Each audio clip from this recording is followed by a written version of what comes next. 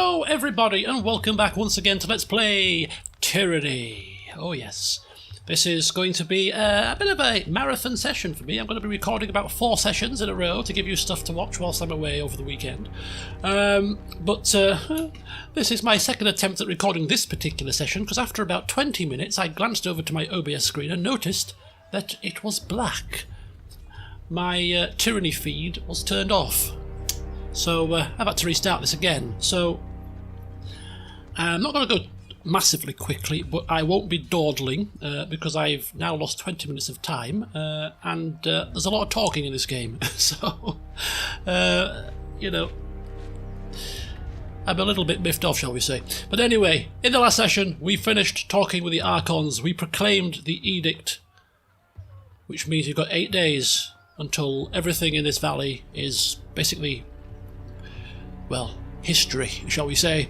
So we've got to get cracking. So we're going to first of all explore the Disfavored Camp to see what supplies we can gather, what information we can gain, and then we're going to be off to the Scarlet Chorus Camp to do the same.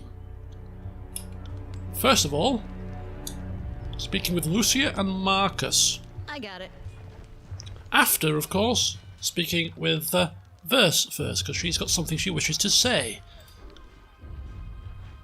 How did you do that? Calvina looking almost nonplussed. Do what? Back in the Archon's war tent, you cast an edict as casually as reading a supply shipment. How did you do that? Well, I have done it before. You cast the Edict of Fire on the Vellum Citadel. I heard about it. How Kairos' anger raised a volcano from under the Sage's own fortress. That was some impressive work. Yeah, Calvina's not a bragger. She lets her actions do the talking, so she just simply nods silently. Well, call me impressed. Considering that you've read the words of Kairos more than once, I'm surprised that you're even alive to tell of it. Your vocal cords should have turned to ash by now. I'm not trying to make you feel uncomfortable. It's just worth recognising that what you've done. Not only are you Tunan's Fatebinder, you're the mouthpiece of the Overlord. Gives me plenty of reason to stick around. You're going places, and I want to see where they lead. Yes, very good. But we must really crack on, as time is of the essence here. Right. So these two are trainers.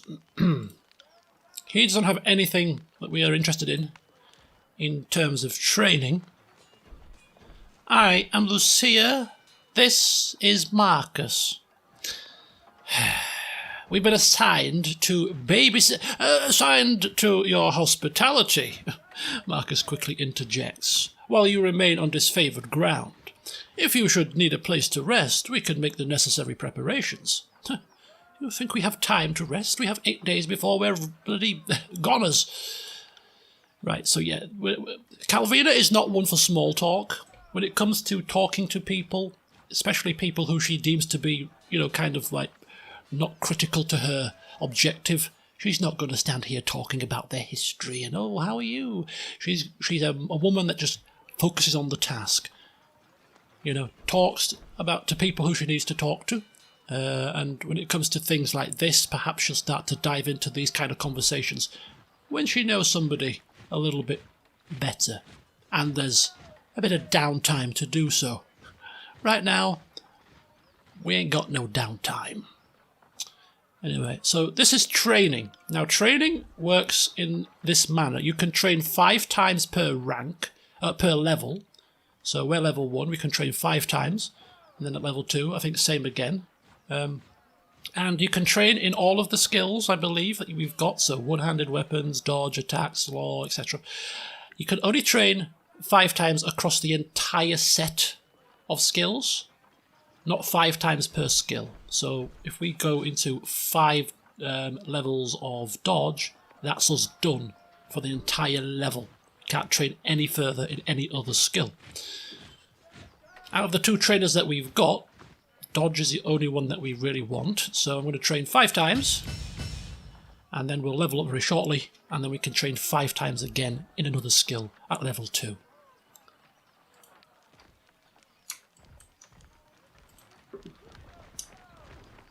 As I say, thankfully I have the benefit of having done this already. We have, rather interestingly here, a lesser sigil of strength accent. Very useful for Calvina, of course. And that means that we now level up. And levelling up, you can put, first of all, a point into your attributes. And on this one, we're going to put another point into wits. And we can now put a point into a talent. And we're going to put that into law. Getting her law as high as possible, as quickly as possible. Bitterquip has nothing useful to say. He's a Scarlet Chorus, if you couldn't tell from his attire. That wasn't so hard.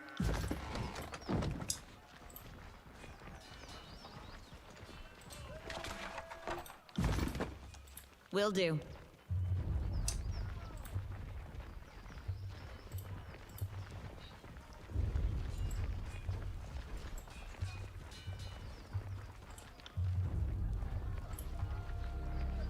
Hail to you, guardian of the law!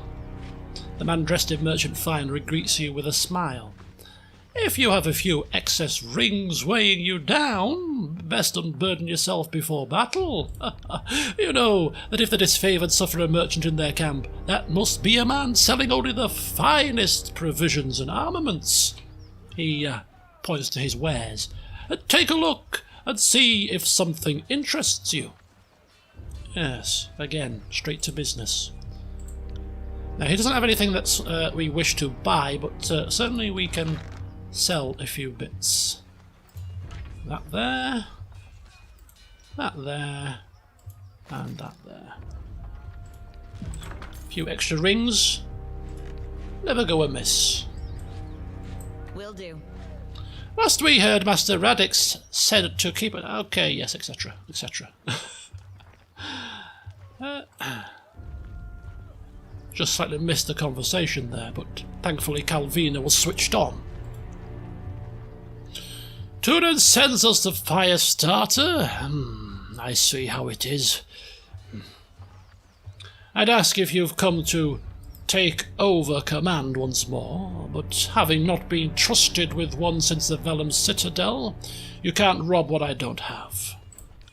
You should jaw with Iron Marshal if you want to talk substance. I'm just managing patrols here. She and Ash are giving direction. What is it you need? Yes, Calvina overhearing. Perhaps there's a problem with some reinforcements? I'm afraid so. Radix, the head of the Earthshakers, was supposed to arrive with a group of his most competent spellslingers to help break this stalemate. I don't know what's holding up their arrival, and that worries me. If you're at all inclined to lend a hand, we could use some arcane support on our side. I don't know what this reference is for, why checking caches of lore would be useful here, but Calvina, certainly as a arcane lady herself, appreciates just how important arcane support will be to this war effort. Offering her services. Could you? I knew that Tunan's agent wouldn't fail us at a time of need. I'll mark the last known site of our Earthshaker reinforcements on your map. Good hunting, Fatebinder. Yes, excellent. On it. So arcane support would be most useful. And now speaking with the Iron Marshal. Don't just coddle the impact, push back with your shield. Take the momentum. Barking orders at the trainees. I said eyes on your opponent's waistline. If you spend more than a glance checking his footwork, you've lost. She turns to Calvina, adjusting her pale golden surcoat, a sign of her station. Need to stay on top of the troops or their skills will rust. It's for their own good, even if they don't believe it. How are your warriors reacting to the edict? Kairos' ultimatum has the camp on edge, some with dread, but most are rife with anticipation. We have a lot of brothers and sisters to avenge, and the warriors are eager to take out some aggression. I, for one, choose to see the edict as a blessing, for it forces their generals to act, and we're long overdue. Yes, you mentioned you were short on warriors and need help. It's a situation. I have brigades amassing along Placid, Echo Call, and Little Tooth crossings. The Vendrian Guard may be able to hold one bridge, but they cannot hold against a concerted three-prong attack. I have no right to give you orders, but we all die to Kairos' edict should we fail, so I'm not about to let my pride blind me to the value of good help. Yes, well, this is the second major attack on the river, correct? What happened last time? Defeat in detail. We carved a bloody path up the river, but at that point, everyone who charged ahead was lost. We had no chorus backup, just a few disfavored squads.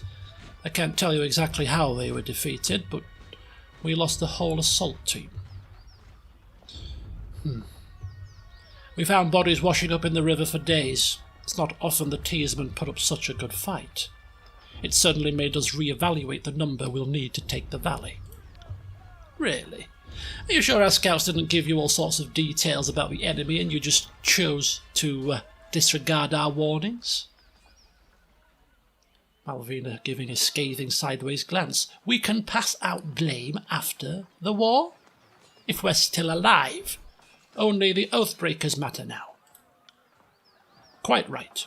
Getting our emotions into the mix won't hasten this campaign. Yes. Right. What's the value of taking the crossing? We can't just march from here to the citadel with the Vendrian Guard manning the riverbanks. Fording troops and supplies through even the narrowest points of the river makes us vulnerable to attack, especially since our armour wasn't built for swimming. If we can take the river, we have a clear march to the citadel, and Ascension Hall will be ours in no time. Well, naturally, we are going to assist. Then our plan just might work. We are loath to work with those who do not share our training and our values, but we know that Tunan the Adjudicator selects only the most capable minds for his court, and I trust you will honour us all on the field. Antio will be leading the charge at Echocole Crossing. Assisting you will be Barrick of the Stone Shields, pointing to this heavily armoured soldier. Before you ask, no, the Forgebound weren't sloshed on Dappleseed when they fitted his armour. He survived the full force of the Edict of Storms, and this armour doesn't exactly, well, come off. Tactically, it's quite brilliant, but otherwise, it's something of a curse. Barrick, come meet the Fatebinder. So this great big walking iron throne, reeking of sweat, feces and oil treatment, comes lumbering over. How very pleasant. Fatebinder, the Iron Marshal has tasked me with keeping you alive, and I have no intention of disappointing her. That should be enough assurance for anyone. Yes. Calvina nodding silently whilst wrinkling her nose. Returning the nod. Barrick, is that you under there? I had no idea you were in Vendrian's well. Fatebinder, do you know this walking anchor? Well as any other soldier during the conquest. That can change. When the tiers are fully under our command, I'll take you to whatever passes for a watering hole in this forsaken country. We'll drink the local swill to honor the fallen. Well, perhaps make mine a soft one, because Calvina doesn't drink alcohol. Forget the fallen. I know a great brothel in Lethian's Crossing where we can watch something rise, then fall, then rise again. And then she's certainly past that kind of malarkey. The Fatebinder will be joining us for the push across the river. I figured an extra hand might help. And more importantly, if my worries come true and the chorus tries to impede the mission, we will have an observer from the court on our side. Better to work with the Honorable Binder than some chorus children. I ask that Barrick accompany you there to arbitrate the cooperation between his company and the Scarlet Chorus. Barrick, you've been without a cohort since the last Battle of Stalwart. It's time we gave you a task more worthy than hauling wagons and leading training drills. Ash has assigned you to the Fatebinder's service. You are to assume this task is ongoing until we find a more permanent spot for you, which could very well mean the swiftly approaching end of this war, or when the Fatebinder dismisses you. Is that understood? He regards the Iron Marshal in oppressive silence. That's an order, Barrick. He can be as stubborn as pulling a spire out of the earth, but he's a good soldier. I hope you don't mind the company. Yes, well, he looks like he can fight, so that's a good start. Honoured, bit of an overstatement, but she is, willing to have him at her side for now. Excellent. I look forward to your success in the field. And Fatebinder, one last thing. Sevius the Younger speaks highly of you. He was stationed at the Vellum Citadel and told me you kept the chorus mongrels from helping themselves to forbidden law. You made the right call, though I bet you get a lot of guff for it at the time. When you're done with Echo Call, if there's time for it, I'll show you a little something about swordplay. Maybe you'll learn something new. Well, that's no use to us. We're not somebody for swordplay, but hey-ho. Barrick is level 2 and can level up, which is interesting, but we'll save that for now, because I need to check out what I want to do with him. I'll do it for the North. We can also change our party's formation now, so we'll do something like that, I think. Affirmative. And that means we'll have to do a couple of changes to the AI scripts, but we don't anticipate being in battle just yet, so we'll leave that for the time being. But we'll have him up front and we'll change her to archery. Okay, let's just have a look around camp, take a few more supplies.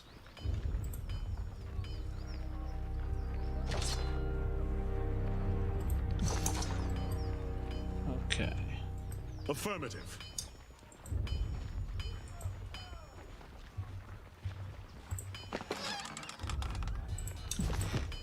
Affirmative.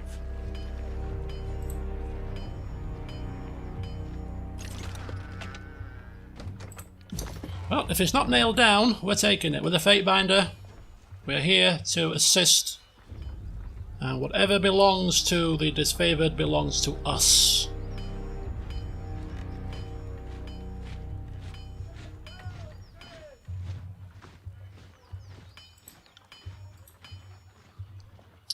Isotanis curses the air as a blade of thin iron breaks in half beneath his hammer.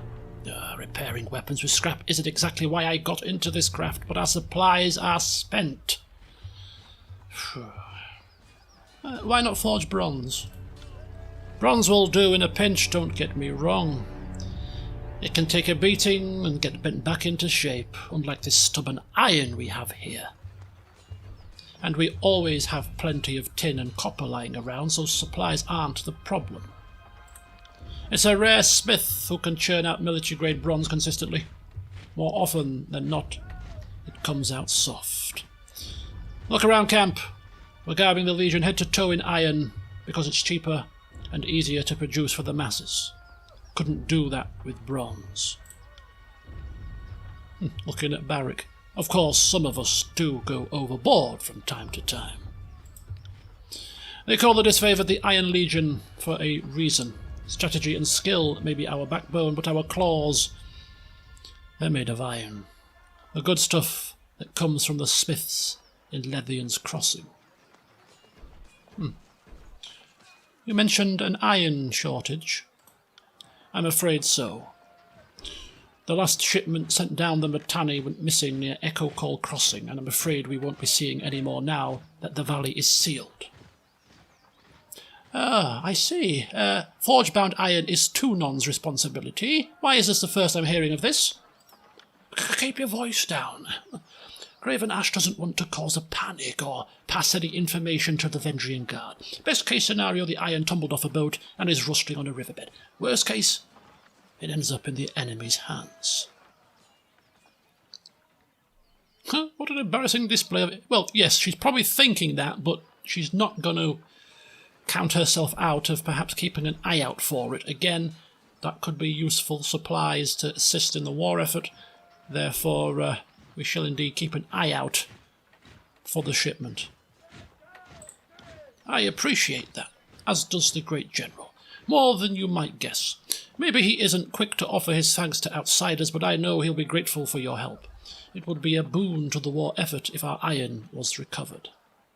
Yes, well, you can rely on me to handle this. Unlike some, I don't usually cock things up.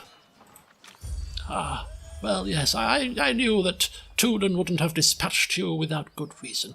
The court isn't exactly known for gambling when the stakes are high. You see that? That is how we tell apart our iron shipment from the rest, pointing to the small set of notches on the wood. Inconspicuous so people don't go snooping around. You'll want to keep your eye out for these. Good hunting. Need something else? Okay, so just stone shield armors and quite heavy looking equipment. Bear it in mind for now. So as far as I'm aware, that's pretty much us done at the Disfavored Camp. We've spoken with Pentibor, Sevius, the trainers rather, and the Iron Marshal. We've picked up a few side quests, shall we say. So we need to meet at Echo Code Crossing, speak with Fifth Eye at the Scarlet Chorus Camp. Also, whilst we're at Echo Call, keep an eye out for the missing iron shipment and go to the northern clearing to try and find Earthshaker reinforcements. This will take us somewhere different to the Echo Call Crossing, so maybe we might do that first. But before we do that, we're going to head to the Scarlet Chorus Camp. Oh yes, we have reputations changes. Now, for the first time, we now have a situation where we have enough reputation of favour with a faction to actually benefit from an ability. So now, because we've reached level 3, we get this Stand Together, Stand Tall ability, which is a pulsing area of effect for 3 seconds, allied AoE, giving us +1 resolve for 3 seconds. All party members near you receive a bonus to resolve. Nice. Nice, nice, nice. So if we check out now, yeah, look at that. So it will constantly refresh every 3 seconds. There you go. So constantly now, we have 1 to resolve, and it includes Calvina herself. So extra resolve across the board, which is very nice indeed.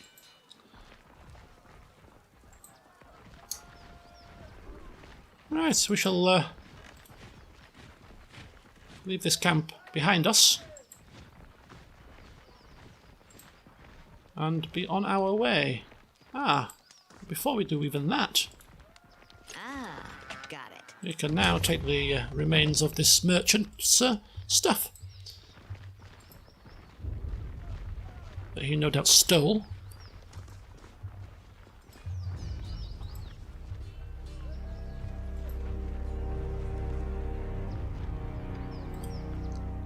A humble grave lies before you. A battered sword has been used as a marker, the initial B. A grave for Ash's fallen son, Brennix. Even the Archons have suffered losses during the war. Some more than others. Indeed. Right. So we're going to save it there. We are now at 25 past 4. I need to do some shopping before I record the next sessions, and I need to get this up in time for this evening. So it is a slightly shorter one. It would have been longer had I done this all for the first time, but because I've already done the first 20 minutes, I've been able to kind of speed up a little bit. So yes, it's a shorter session today, 25 minutes, not a very long one, but we shall be back to normal size sessions for the next 3.